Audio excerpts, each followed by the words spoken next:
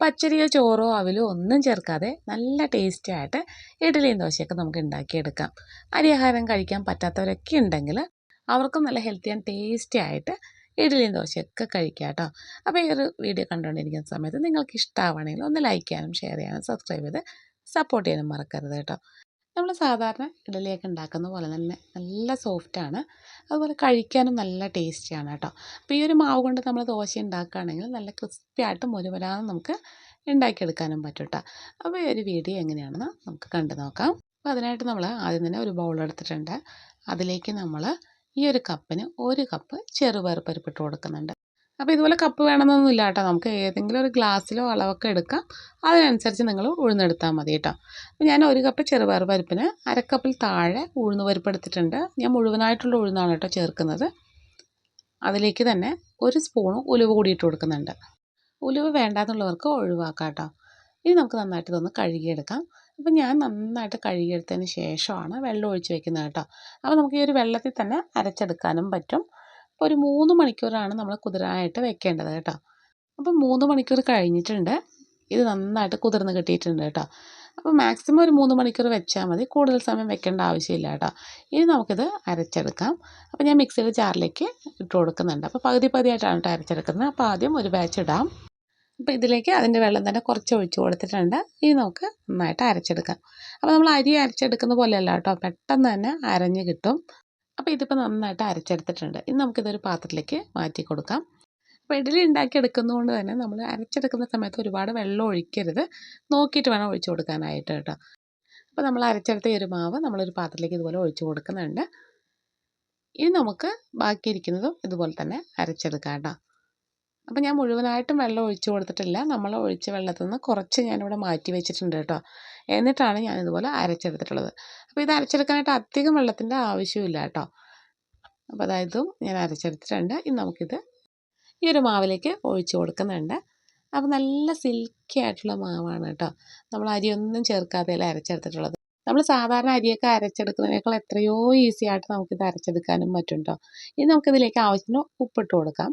അപ്പോൾ ഉപ്പിട്ട് കൊടുത്തിട്ട് നന്നായിട്ടൊന്ന് മിക്സ് ചെയ്തെടുക്കുന്നുണ്ട് കേട്ടോ ഇതുപോലെ. അതിനുശേഷം നമുക്കിതൊന്ന് അടച്ച് വയ്ക്കാം കേട്ടോ. അപ്പോൾ ഞാനിതിപ്പോൾ ഓവർനൈറ്റാണ് കേട്ടോ വെക്കുന്നത്. ഇനി നമ്മൾ രാവിലെയാണ് ഇഡ്ഡലി ഉണ്ടാക്കിയെടുക്കാൻ പോകുന്നത് കേട്ടോ. അപ്പോൾ നമുക്ക് രാവിലെ എങ്ങനെയാണെന്ന് നോക്കാം കേട്ടോ. അപ്പോൾ രാവിലെ ആയിട്ടുണ്ട്, നമ്മുടെ മാവ് നന്നായിട്ട് ഫെർമെൻ്റായിട്ട് കിട്ടിയിട്ടുണ്ട്. ഇനി ഒരു കയ്യിൽ വെച്ച് നന്നായിട്ട് നമുക്ക് ഇതുപോലെ ഇളക്കി കൊടുക്കാം കേട്ടോ. അപ്പോൾ ജസ്റ്റ് ഞാൻ ഇതുപോലെ ഇളക്കി കാണിക്കാം. നല്ല സോഫ്റ്റ് ആൻഡ് സിൽക്കി ആയിട്ടുള്ള മാവ് നമ്മുടെ റെഡി ആയിട്ടുണ്ട് കേട്ടോ.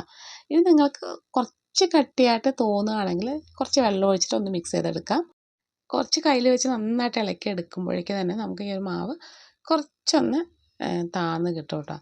അപ്പോൾ നോക്കിയിട്ട് നിങ്ങൾ വെള്ളം വേണമെങ്കിൽ ഒഴിച്ച് കൊടുക്കാം കേട്ടോ. പിന്നെ ദോശ ഉണ്ടാക്കുന്ന സമയത്താണെങ്കിൽ എന്തായാലും കുറച്ച് വെള്ളം ചേർത്തിട്ട് വേണം നമുക്ക് ഉണ്ടാക്കിയെടുക്കാനായിട്ട്. അപ്പോൾ ഞാനിപ്പോൾ ഇതിലേക്ക് വെള്ളമൊന്നും ചേർക്കുന്നില്ല കേട്ടോ, ഇഡ്ഡലി ഉണ്ടാക്കിയെടുക്കാൻ പോവാണ്. അപ്പോൾ ഇഡ്ഡലി തട്ടിലേക്ക് കുറച്ച് ഓയിലോ നെയ്യൊക്കെ നമുക്ക് ഇതുപോലെ ഒന്ന് ബ്രഷ് ചെയ്ത് കൊടുക്കാം കേട്ടോ. അതിനുശേഷം നമ്മൾ ഏത് പാത്രത്തിലാണോ ഇഡ്ഡലി ഉണ്ടാക്കിയെടുക്കുന്നത് അതിൽ വെള്ളമൊക്കെ ഒഴിച്ചിട്ട് നല്ലപോലെ ആവി വരുന്ന സമയത്ത് ഇതുപോലെ ഇഡ്ഡലി തട്ട് വെച്ച് കൊടുക്കാം കേട്ടോ.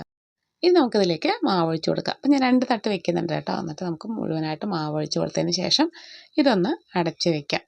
അപ്പോൾ ഒരു 8 മിനിറ്റ് ആകുമ്പോഴേക്കും തന്നെ നമ്മുടെ ഇഡ്ഡലി റെഡി ആയിട്ട് കിട്ടുന്നുണ്ടോ. അപ്പോൾ അതിന് ശേഷം നമുക്ക് നോക്കാം.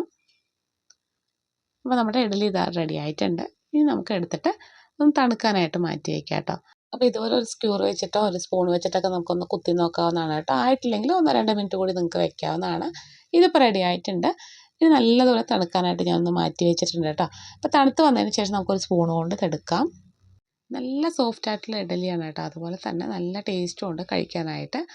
അപ്പോൾ അരിയാഹാരം കഴിക്കാൻ പറ്റാത്തവരൊക്കെ ഉണ്ടെങ്കിൽ അവർക്ക് ഇഡ്ഡലിയും ദോശയൊക്കെ കഴിക്കാൻ ആഗ്രഹിക്കുമ്പോൾ ഇതുപോലെ ഉണ്ടാക്കിയിട്ട് കഴിക്കാം കേട്ടോ. നല്ല അടിപൊളി ടേസ്റ്റാണ്, അതുപോലെ തന്നെ ഹെൽത്തി ആയിട്ടുള്ള ഇഡ്ഡലി തന്നെയാണ്. ഇതിൻ്റെ ഒപ്പം നമുക്ക് സാമ്പാറോ ചട്നിയോ ചമ്മന്തി എന്താണെങ്കിലും അടിപൊളി കോംബോ ആണ് കേട്ടോ. അപ്പം ഞാൻ ഈ ഒരു മാവ് കൊണ്ട് തന്നെ നല്ല ക്രിസ്പി ആയിട്ടുള്ള ദോശയും ഇതുപോലെ ചെയ്തെടുക്കുന്നുണ്ട്. ഈ ഒരു മാവിലേക്ക് നമ്മൾ കുറച്ച് വെള്ളം ഒഴിച്ച് കൊടുത്തിട്ട് ഒന്ന് ലൂസാക്കി എടുത്തതിന് ശേഷമാണ് കേട്ടോ ദോശ ചുട്ടെടുക്കുന്നത്. അപ്പോൾ ഇതിൻ്റെ മുകളിലേക്ക് ഞാൻ കുറച്ച് നെയ്യൊക്കെ ഒഴിച്ച് കൊടുത്തിട്ട് നല്ല ക്രിസ്പി ആയിട്ടാണ് കേട്ടോ ചുട്ടെടുക്കുന്നത്. അപ്പോൾ അങ്ങനെ വേണ്ടാന്നുള്ളവർക്ക് സാധാ ദോശയും ചുട്ടെടുക്കാവുന്നതാണ് കേട്ടോ. നല്ല ടേസ്റ്റാണ് കഴിക്കാനായിട്ട്. അപ്പോൾ ഇഡ്ഡലി ആയാലും ദോശ ആയാലും നല്ല ടേസ്റ്റിയാണ്. അതുപോലെ തന്നെ എല്ലാവർക്കും കഴിക്കാൻ പറ്റിയ ഒരു ഹെൽത്തി ഓപ്ഷൻ കൂടിയാണിത്.